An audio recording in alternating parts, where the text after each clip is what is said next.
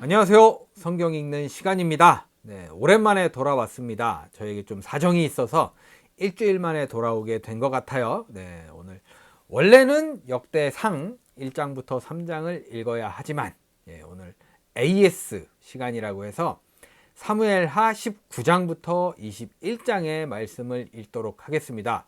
왜? 라고 얘기하실 분 계시겠지만 예전에 업로드했던 영상이 뭐 오류가 있었나 봐요. 그래서 이제 무심코 삭제를 눌렀었는데 다 날라갔어요. 그래서 이게 원본도 다 삭제된 상태라 어떻게 해야지, 어차피 뭐 지나간 일이니까 잊어버리고 살자라고 생각을 했는데 자꾸 이렇게 마음에 걸리는 게 있어서 올리게 되었습니다. 그래서 오늘은 AS 사무엘하 19장의 말씀부터 보도록 하겠습니다. 네, 먼저 사무엘하 19장의 말씀입니다. 네, 오랜만에 읽어서 그런지 내용이 잘 기억이 안 나더라고요. 네, 한번 보도록 하겠습니다. 왕이 목 놓아 울면서 압살롬의 죽음을 슬퍼하고 있다는 소문이 요압에게 전해졌다. 그래서 모든 군인에게도 그날의 승리가 슬픔으로 바뀌었다. 왕이 자기의 아들 때문에 몹시 슬퍼한다는 소문이 그날 모든 군인에게 퍼졌기 때문이다. 압살롬이 이제 다윗의 아들인데 얘가 이제 반역을 해가지고 이제 막 그걸 진압한 그 다음 얘기인 것 같아요. 제 생각으로는 그렇습니다. 그래서 그날 군인들은 마치 싸움터에서 도망쳐 나올 때에 부끄러워서 빠져나가는 것처럼 슬며시 성 안으로 들어왔다. 보통 이런 거 이제 딱 반역하고 들어가면 웅장하잖아요. 멋있게 딱 승전보를 울린다고 하는데 그러지 못하고 좀 씁쓸하네요. 그런데도 왕은 두 손으로 여전히 얼굴을 가린 채로 큰 소리로 내 아들 압살롬아, 내 아들아, 내 아들 압살롬아 하고 울부짖었다. 마침내 요압이 집으로 왕을 찾아가서 항의하였다. 임금님, 모든 부하가 오늘 임금님의 목숨을 건지고 임금님의 아들들과 딸들의 목숨도 건지고 모든 왕비의 목숨과 후궁들의 목숨까지 건져 드렸습니다. 그런데 임금님께서는 오히려 오늘 부하들을 부끄럽게 만드셨습니다. 이제 요압이 요 말 할 수도 있는데 뭐냐면은 살려줄 수도 있었거든요. 직접 압살롬을 죽인 게 요압이거든요. 제가 알기로는. 뭐 어떻게 보면 잘한 일이지만 좀 이런 말을 해도 되나 이런 느낌 드네요. 임금님께서는 어찌하여 임금님을 반역한 무리들을 사랑하시고 임금님께 충성을 바친 부하들은 미워하십니까? 우리 지휘관들이나 부하들은 임금님께서는 있으나 마나한 사람들입니까? 임금님께서는 오늘 임금님의 본심을 드러내셨습니다. 차라리 오늘 압살롬이 살고 우리가 모두 죽었더라면 임금님께서는 더 기뻐하셨을 것입니다. 그렇지 않으시다면 이제라도 일어나 밖으로 나가셔서 임금님의 부하들을 위로의 말로 격려해 주십시오. 제가 주님의 이름을 걸고 맹세하지만 지금 임금님께서 밖으로 나가지 않으시면 오늘 밤에 한 사람도 임금님 곁에 남아있지 않을 것입니다. 그러면 임금님께서 젊은 시절부터 이제까지 당한 그 모든 환난보다도 더 무서운 환난을 당하실 것입니다. 그러자 왕이 일어나서 성문 문루로 나와 앉았다. 임금님께서 성문 문루에 앉아 계신다 하는 소식이 모든 부하에게 전해지니 모든 부하가 왕의 앞으로 나아왔다. 그 사이에 이스라엘 사람들은 모두 도망하여 저마다 자기 집으로 돌아갔다. 이스라엘 백성은 지파마다 서로 의논이 분분하였다. 다윗 왕은 우리를 원수들의 손아귀에서 구해주셨다. 블레셋 사람의 손아귀에서도 우리를 건져주셨다. 그러나 지금은 압살롬을 피해서 이 나라에서 떠나 있다. 우리가 기름을 부어서 왕으로 세운 압살롬은 싸움터에서 죽었다. 그러니 이제 우리가 다윗 왕을 다시 왕궁으로 모셔오는 일을 주저할 필요가 어디에 있는가? 아니, 이리 붙었다 저리 붙었다. 제가 박쥐라고 했던 기억이 나네요. 온 이스라엘이 하는 말이 다윗 왕에게 전달되었다. 다윗 왕은 두 제사장 사독과 아비아달에게 사람을 보내서 이렇게 말하였다. 유다 장로들에게 나의 말을 전하여 주십시오. 그들이 어찌하여 왕을 다시 왕궁으로 모시는 일에 맨 나중이 되려고 하는지, 그들은 나의 친족이요 나의 고륙 지친인데 어찌하여 왕을 다시 모셔오는 일에 맨 나중이 되려고 하는지 물어보시기 바랍니다. 네, 어떻게 보면 이제 눈치 챙겨 뭐 이런 느낌이죠. 그리고 아마사에게는 그가 나의 고륙 지친이면서도 요압을 대신하여 군대 사령관이 되지 않는다면 하나님이 나에게 무슨 벌을 내리시더라도 내가 달게 받겠다고 하더라고 알려주십시오. 이렇게 다윗이 모든 유다 사람의 마음을 하나같이 자기 쪽으로 기울게 하니 그들이 왕에게 사람을 보내서 말하였다. 임금님께서는 부하들을 모두 거느리고 어서 빨리 돌아오시기를 바랍니다. 다윗 왕이 돌아오는 길에 요단 강가에 이르렀는데 유다 사람들이 왕을 맞이하여 요단강을 건너게 하려고 이미 길갈에 와 있었다. 바후림에 사는 베냐민 사람으로 게라의 아들인 시므이도 급히 와서, 네, 시므이 기억하십니까? 네. 욕을 엄청 했잖아요. 네. 기억나시죠? 네. 그 시므이입니다. 다윗 왕을 맞이하려고 모든 유다 사람들과 함께 내려왔다. 그는 베냐민 사람 1000명을 거느리고 사울 집안의 종 시바와 함께 왔는데 시바도 자기의 아들 15명과 자기의 종 20명을 다 데리고 나아왔다. 이들은 요단강을 건너서 왕 앞으로 나아왔다. 이렇게 좀 여리여리 잘 붙는 사람들이 빨라요, 동작이. 네. 그들은 왕의 가족이 강을 건너는 일을 도와서 왕의 환심을 사려고 나룻배로 건너갔다. 왕이 요단강을 건너려고 할 때에 게라의 아들 시므이가 왕 앞에 엎드려서 말하였다. 임금님, 이 종의 허물을 마음에 두지 말아 주십시오. 높으신 임금님께서 예루살렘에서 떠나시던 날 제가 저지른 죄악을 임금님께서는 기억하시거나 마음에 품지 말아 주십시오. 바로 제가 죄 지은 줄을 이 종이 잘 알고 있습니다. 그렇기 때문에 제가 오늘 요셉 지파의 모든 사람 가운데서 맨 먼저 높으신 임금님을 맞으러 내려왔습니다. 스루야의 아들 아비새가 그 말을 받아서 왕에게 말하였다. 주님께서 기름 부어 세우신 분을 시므이가 저주하였으니 그것만으로도 시므이는 죽어야 마땅한 줄 압니다. 그러나 다윗이 말하였다. 스루야의 아들들은 들어라. 나의 일에 왜 너희가 나서서 오늘 나의 대적이 되느냐? 내가 오늘에서야 온 이스라엘의 왕이 된 것 같은데 이런 날에 이스라엘에서 사람이 처형을 받아서야 되겠느냐? 네, 우리나라도 좀 그런 거 있잖아요. 야, 좋은 날인데 좀 좋게 넘어가자. 뭐 이런 느낌, 그런 것 같아요. 왕이 시므이에게 맹세하였다. 너는 처형을 당하지 않을 것이다. 그때에 사울의 손자 무비보셋도 왕을 맞으러 내려왔다. 그는 왕이 떠나간 날부터 평안하게 다시 돌아오는 날까지 발도 씻지 않고 수염도 깎지 않고 옷도 빨아 입지 않았다. 네, 굉장히 좀 지저분했겠네요, 느낌이.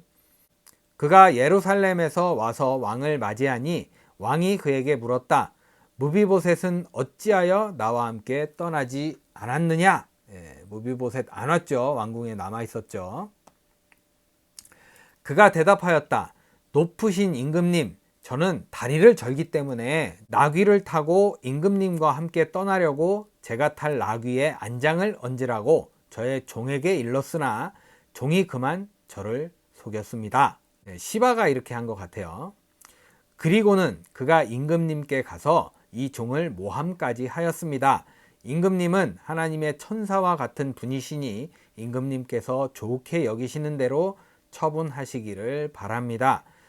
제 아버지의 온 집안 사람은 임금님에게 죽어도 마땅한 사람들 뿐인데 임금님께서는 이 종을 임금님의 상에서 먹는 사람들과 함께 먹도록 해주셨으니 이제 저에게 무슨 염치가 있다고 임금님께 무엇을 더 요구하겠습니까? 그러나 왕은 그에게 말하였다. 내가 어찌하여 그 이야기를 또 꺼내느냐? 나는 이렇게 결정하였다. 너는 시바와 밭을 나누어 가져라. 무비보셋이 왕에게 아뢰었다. 높으신 임금님께서 안전하게 왕궁으로 돌아오시게 되었는데 이제 그가 그 밭을 다 차지한들 어떻습니까?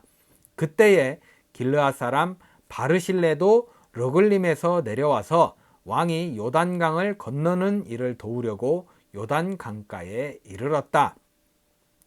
바르실레는 아주 늙은 사람으로 나이가 80살이나 되었다. 그는 큰 부자였으므로 왕이 마하나임에 머물러 있는 동안에 왕에게 음식을 공급하였다. 왕이 바르실레에게 말하였다. 노인께서는 나와 함께 건너가시지요. 나와 같이 가시면 내가 잘 대접하겠습니다. 네, 아무래도 왕궁이 편할 거 아니에요. 시종들도 있고. 그러나 바르실레는 왕에게 아뢰었다. 제가 얼마나 더 오래 산다고 임금님과 함께 예루살렘으로 올라가겠습니까?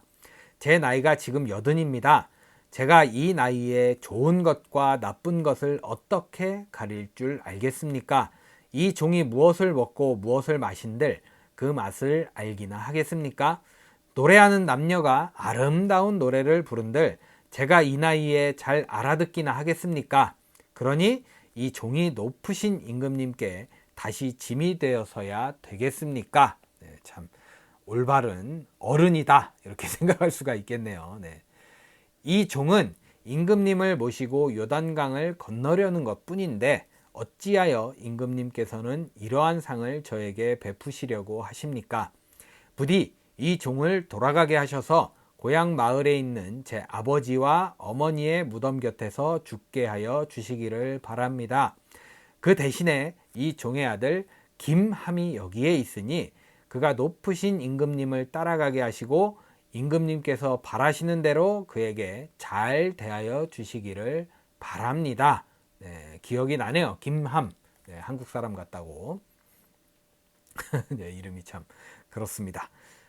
그러자 왕이 약속하였다. 물론 내가 김함을 데리고 가겠소. 그리고 노인께서 보시기에 만족하도록 내가 그에게 잘 대하여 주겠고 또 나에게 특별히 부탁한 것은 무엇이든지 내가 다 이루어 드리겠소. 드디어 온 백성이 요단강을 건넜고 왕도 건너갔다. 왕이 바르실레에게 입을 맞추고 복을 빌어주니 바르실레가 자기의 고향으로 돌아갔다. 왕이 길갈로 건너갈 때에 김함도 왕을 따라서 건너갔다. 온 유다 백성과 이스라엘 백성의 절반이나 왕을 따라서 요단강을 건너갔다. 네, 참 장관이었겠다라는 생각이 듭니다. 그런데 갑자기 온 이스라엘 사람이 왕에게 몰려와서 이렇게 말하였다. 어찌하여 우리의 형제인 유다 사람들이 우리와 의논도 없이 임금님을 몰래 빼돌려 임금님과 임금님의 가족과 다윗 왕의 모든 신하를 모시고 건넜습니까? 그러자 온 유다 사람이 이스라엘 사람에게 대답하였다. 우리가 임금님과 더 가깝기 때문이다. 너희가 이런 일로 그렇게 화를 낼 이유가 무엇이냐? 우리가 임금님께 조금이라도 얻어먹은 것이 있느냐? 임금님이 우리에게 조금이라도 주신 것이 있어서 그러는 줄 아느냐? 그러나 이스라엘 사람은 유다 사람에게 이렇게 말하였다. 우리는 임금님께 요구할 권리가 너희보다 10갑절이나 더 있다. 그런데 어찌하여 너희는 우리를 무시하느냐? 높으신 임금님을 우리가 다시 모셔와야 되겠다고 맨 먼저 말한 사람이 바로 우리가 아니었느냐? 그래도 유다 사람의 말이 이스라엘 사람의 말보다 더 강경하였다. 말보다는 행동이죠. 네. 이렇게 19장이 마무리되었습니다. 네, 계속해서 사무엘하 20장의 말씀 보도록 하겠습니다. 그쯤에 불량배 한 사람이 그곳에 있었는데 그의 이름은 세바였다. 그는 비그리의 아들로서 베냐민 사람이었다. 그는 나팔을 불면서 이렇게 외쳤다. 우리가 다윗에게서 얻을 몫은 아무것도 없다. 우리가 이새의 아들에게서 물려받을 유산은 아무것도 없다. 그러니 이스라엘 사람들아 모두들 자기의 집으로 돌아가자. 네, 어떻게 보면 반역을 한 거죠. 대놓고. 이 말을 들은 온 이스라엘 사람은 다윗을 버리고 비그리의 아들 세바를 따라갔다. 얘네들은 압살롬 때도 이랬던 것 같은데, 압살롬 때도 또 이렇게 또 배신을 하는 것 같네요. 그러나 유다 사람은 요단강에서 예루살렘에 이르기까지 줄곧 자기들의 왕을 따랐다. 다윗은 예루살렘의 왕궁으로 돌아온 뒤에 예전의 왕궁을 지키라고 남겨둔 후궁 10명을 붙잡아서, 제가 이거 보고 그냥 경악을 금치 못한, 쥐가 버리고 갔잖아요. 이건 좀 말이 안 되는 거예요. 후궁 10명이 뭐 어떻게 할 건데요. 반역을 일으킨 사람들 앞에서 막 칼 들고 싸울 수 있는 것도 아닌데, 그저 그냥 버리고 가서 얘네들은 거기 남아있던 것 뿐이잖아요. 그 사람들을 방에 가두고 감시병을 두었다. 왕이 그들에게 먹을 것만 주고 더 이상 그들과 잠자리를 함께하지 않았으므로 그들은 죽을 때까지 갇혀서 생과부로 지냈다. 갇혀 있다는 게 얼마나 힘들어요. 더 지금 집에 가라 이러고 보내줄 생각도 하든가 아니면 뭔가 있었을 텐데 그냥 감옥에 가둔 것처럼 이렇게 돼버렸네요. 왕이 아마사에게 명령하였다. 장군은 유다 사람을 사흘 안에 모아 나에게 데려오고 그대도 함께 오시오. 아마사가 유다 사람을 모으러 갔으나 왕이 그에게 정하여 준 기간을 넘겼다. 그래서 다윗은 아비새에게 명령하였다. 이제 비그리의 아들 세바가 압살롬보다도 더 우리를 해롭게 할 것이오. 그러므로 장군은 나의 부하들을 데리고 그를 뒤쫓아가시오. 혹시라도 그가 잘 요새화된 성읍들을 발견하여 그리로 피하면 우리가 찾지 못할까 염려되어. 그래서 요압의 부하들과 그렛 사람과 블렛 사람과 모든 용사가 비그리의 아들 세바를 뒤쫓아 가려고 아비새를 따라 예루살렘 밖으로 나갔다. 그들이 기브온의 큰 바위 곁에 이르렀을 때에 아마사가 그들의 앞으로 다가왔다. 요압은 군복을 입고 허리에 띠를 띠고 있었는데 거기에는 칼집이 달려 있고 그 칼집에는 칼이 들어 있었다. 요압이 나아갈 때에 칼이 빠져나와 있었다. 요압은 아마사에게 형님 평안하시오 하고 말하면서 오른손으로 아마사의 턱수염을 붙잡고 입을 맞추었다. 요압이 다른 손으로 칼을 빼어 잡았는데 아마사는 그것을 눈치채지 못하였다. 요압이 그 칼로 아마사의 배를 찔러서 그의 창자가 땅바닥에 쏟아지게 하니 다시 찌를 필요도 없이 아마사가 죽었다. 그런 다음에 요압은 자기 동생 아비새와 함께 비그리의 아들 세바를 뒤쫓아 갔다. 이게 뭐 어떻게 막 찾고 있었고 막 이렇게 뭔가 액션이 있었으면은 아마사가 죽지는 않았을 텐데 가만히 있었다는 게 거의 뭐 반역을 했다 이렇게 봐도 무관한 것 같아요. 그때에 요압의 부하 한 사람이 아마사의 주검 곁에 서서 외쳤다. 요압을 지지하는 사람과 다윗 쪽에 선 사람은 요압 장군을 따르시오. 그러나 아마사가 큰 길 한가운데서 피투성이가 되어 있었으므로 지나가는 모든 군인이 멈추어 서는 것을 요압의 부하가 보고 아마사를 큰 길에서 들판으로 치워 놓았다. 그런데도 그의 곁으로 지나가는 군인마다 멈추어 서는 것을 보고 요압의 부하가 아마사의 주검을 옷으로 덮어 놓았다. 이때 당시 이제 그건가 봐요. 장군이 죽으면 지나가면서 묵념하듯이 뭐 그런 느낌으로 이렇게 해야 되는 그런 규칙이 있었나 봐요. 그래서 이제 아예 가려놓는, 어떻게 보면 반역자잖아요. 그럴 가치가 없다 이런 느낌 아닐까 싶어요. 그가 큰 길에서 아마사를 치우자 군인들이 모두 요압을 따라서 비그리의 아들 세바를 뒤쫓아갔다. 세바가 모든 이스라엘 지파 가운데로 두루 다니다가 아벨 지역과 벤마아가 지역과 베림의 온 지역까지 이르렀다. 그곳 사람들이 모두 모여서 그의 뒤를 따랐다. 굉장히 좀 사람들을 모으고 있네요. 요압을 따르는 군인들은 그곳에 이르러서 벤마아가의 아벨을 포위하고 세바를 치기 시작하였다. 그들이 성읍을 보면서 둔덕을 쌓으니 이 둔덕이 바깥 성벽의 높이만큼 솟아올랐다. 요압을 따르는 모든 군인이 성벽을 무너뜨리려고 부수기 시작하니 그 성읍에서 슬기로운 여인 하나가 이렇게 외쳤다. 제 말을 들어보십시오. 좀 들어보시기 바랍니다. 제가 장군께 드릴 말씀이 있으니 요압 장군께 이리로 가까이 오시라고 말씀을 좀 전하여 주십시오. 요압이 그 여인에게 가까이 가니 그 여인이 요압 장군이십니까? 하고 물었다. 보통 요러면 이제 기습을 한다거나 1대1이잖아요. 요거 대비를 했겠죠, 요압이. 요압이 그렇소 하고 대답하니 그 여인이 요압에게 이 여종의 말을 좀 들어보시기 바랍니다 하였다. 요압이 말하였다. 어서 말하여 보시오. 그 여인이 말하였다. 옛날 속담에도 물어볼 것이 있으면 아벨 지역에 가서 물어보아라 하였고 또 그렇게 해서 무슨 일이든지 해결하였습니다. 저는 이스라엘에서 평화롭고 충실하게 사는 사람들 가운데 하나입니다. 그런데 장군께서는 지금 이스라엘에서 어머니와 같은 성읍을 하나 멸망시키려고 애쓰십니다. 왜 주님께서 주신 유산을 삼키려고 하십니까? 요압이 대답하였다. 나는 절대로 그러는 것이 아니오. 정말로 그렇지가 않소. 나는 삼키거나 멸망시키려는 것이 아니오. 그 일이 그런 것이 아니오.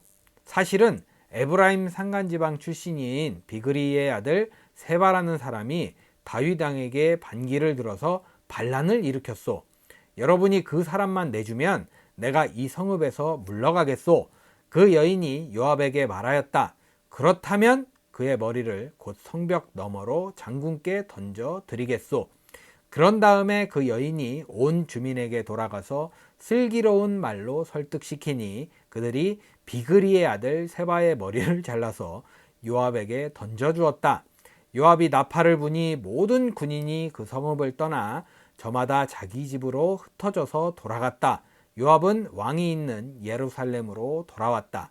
요압은 온 이스라엘의 군대 사령관이 되고 여호야다의 아들 브나야는 그렛 사람과 블렛 사람으로 이루어진 경호원들의 지휘를 맡고 아도니람은 부역 감독관이 되고 아힐룻의 아들 여호사밧은 역사기록관이 되고 스와는 서기관이 되고 사독과 아비아달은 제사장이 되고 야일 사람 이라는 이라가 사람 이름이에요. 다윗의 제사장이 되었다. 네, 이제 어느 정도 이제 나라가 좀 안정을 되찾았다 이런 느낌 드네요. 이렇게 20장이 마무리되었습니다.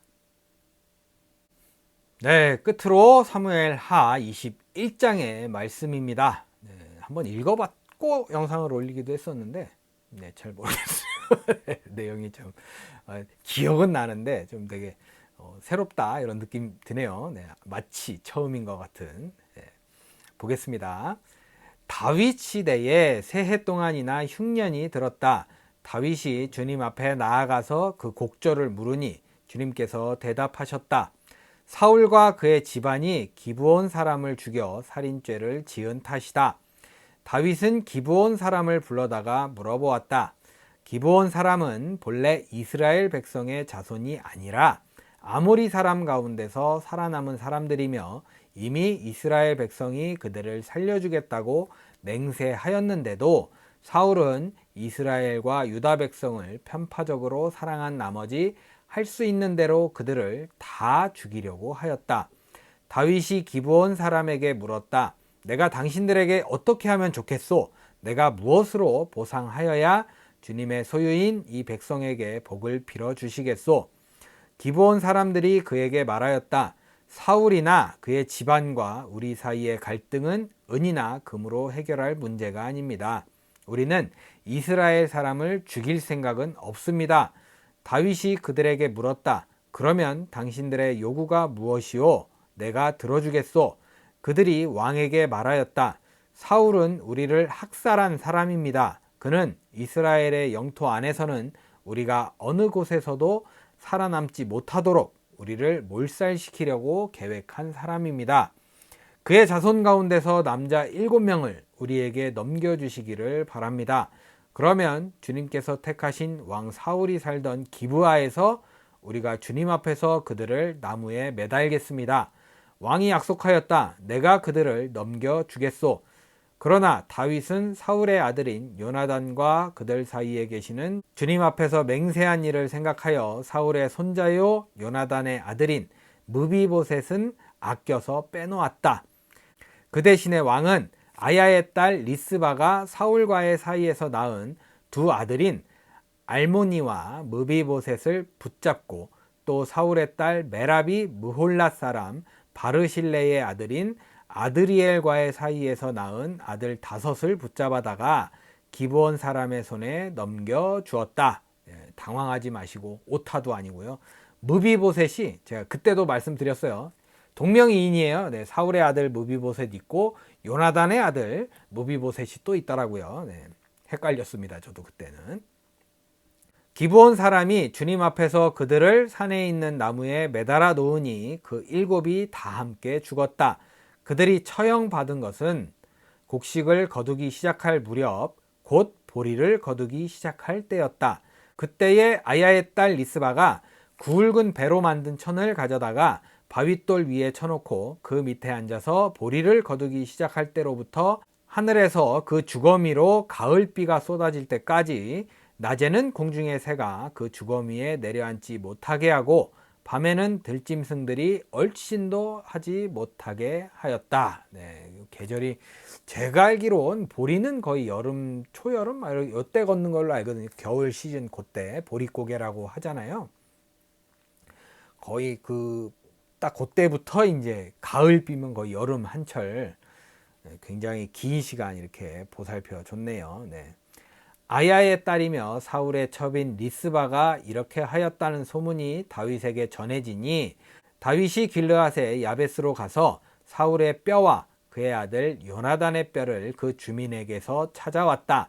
블레셋 사람이 길보아 산에서 사울을 죽일 때에 블레셋 사람이 사울과 요나단의 시신을 벳산의 광장에 매달아 두었는데 거기에서 그 시신을 몰래 거두어간 이들이 바로 길르앗의 야베스 주민이다. 네, 요 이제 왜 있나 했었는데 저처럼 이제 오랜만에 읽거나 잊어버린 사람들을 위해서 보충 설명 같은 느낌이네요. 네, 좋으네요, 참. 네.